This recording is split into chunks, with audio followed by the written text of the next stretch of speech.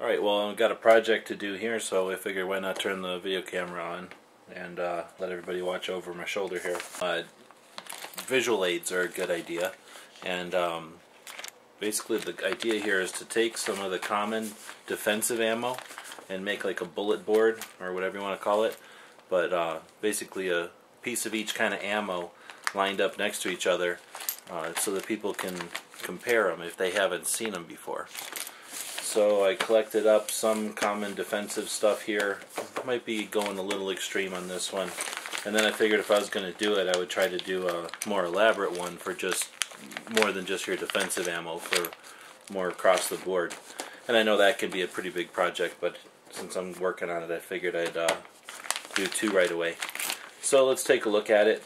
Basically what I'm going to do is take my kinetic camera here, which lets you put a round into it and take that round apart into the bullet, the powder, and the case.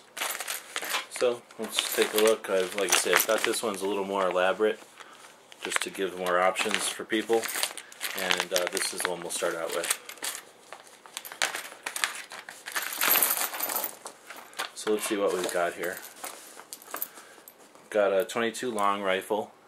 These are kind of tough to pull apart. And then a 22 Magnum. Then we go to a little 25 auto, small little center fire. Then we'll get up to a 32, a 7.65, a little 32. Then we'll go to the 380. We'll go up from the 380 to the 9mm. I guess I'm missing a 9mm. I'll need to go grab one of those. Then we'll go to the 40. From there up to the 45. And from the 45 we'll probably do a 357. I think I'm going to do 45 Colt, even though nobody's really going to use a 45 Colt. I guess we'll just stop it at 45. There are higher calibers, obviously, but most people aren't going to use anything bigger than a 45. Perhaps a 10mm. I might go grab a 10mm and a 40. But we want to keep it, we don't want it to get confusing for someone who's still learning. So that's basically what it'll look like. And I'm going to pull the bullets apart so that they're safer, and then we'll figure out a way to mount them somehow so that it doesn't get, they don't get lost or broken or anything, and they can still be used as a learning aid. So we sped up the camera here. Of course, it took quite a while to bust into all of these different types of bullet. Now I ended up going a little beyond the original defensive calibers and just went ahead and opened up an assortment of all the different calibers that I had available to me here. So just kind of spilled them out there onto an index card, labeled them. It's really interesting to see the types of powder, and of course the shape and the size of the bullets. And when we're done here, we'll go through and talk about each one and look at them a little closer. Hopefully this is an interesting comparison, and we'll probably do more of these in the future. Alright, so we finished off here. Let's take a look. We've got everything from 22 long rifle, 22 Magnum, 17 HMR, 25 auto, 32 auto, 380, 9mm. We'll just keep going up on the top here. 40 caliber, 45 ACP,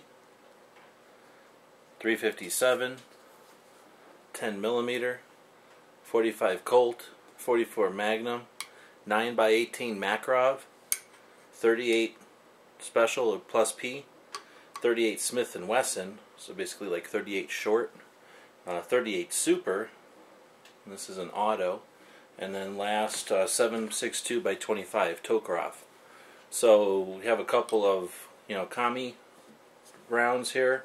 We've got some Rimfire. Those bullets got a little smashed in the process of taking them apart, but I think this is a pretty neat comparison here.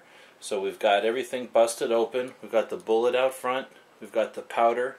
And then we've got the empty case, and then an example of what it looked like before we pulled it all apart.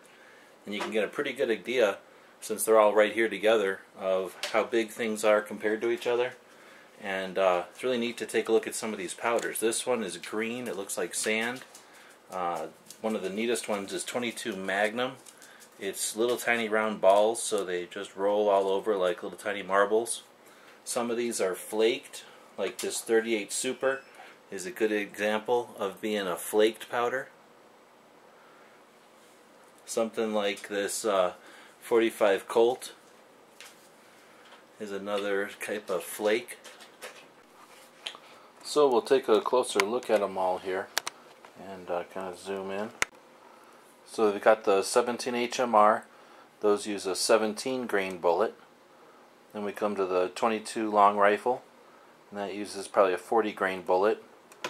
Same thing with the 22 mag, another 40 grain bullet. To the 25 auto, and I lost some of the powder there, so that's not correct with the powder there. It should have a little bit more, but we're talking about a 40 to 50 grain bullet there. Moving up to the 32 ACP, and it's probably about a 70 grain bullet. The 380, now we're talking about a 95 grain bullet. Up to the 9mm, and here we're talking anywhere from 90 to 100 grains. Let's go to 40 from there, and we're looking at 135 to 180 grains. Drop to 10mm, now we're talking 150 to 200 grains of bullet weight. Over to 357, we're probably talking 110 to 200 grains there. On the 38 Special, we're looking at about 95 to 200 grains. Now on the 38 Smith Wesson, we're probably looking at 158 to 200 grains. Let's jump over to some of the bigger ones. Got the 45 ACP, and that's going to run anywhere from 185 to 260 grains a bullet. Then the 45, well, let's go to 44 Magnum. That's got about a 200 grain bullet or more. Then we've got 45 Colt. That's about 185 to 260 grains. And then we'll just finish up with some of these Russian ones, the 9x18, or sometimes called the Makarov. That's probably a 90 or 100 grain bullet there. Then we've got the 38 Super is going to be anywhere from 90 to 150 grains. Then we've got the 7.62x25, the Tokarev, and those can be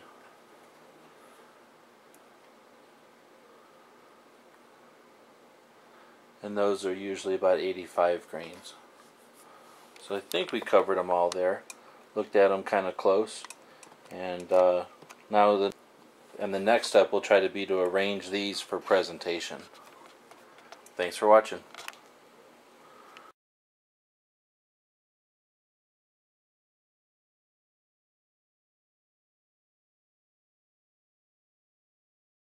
The guys and gals of GunWebsites.com encourage you to take a CCW class every year, practice at least once a month, and carry every day. Thanks for watching GunWebsites.com.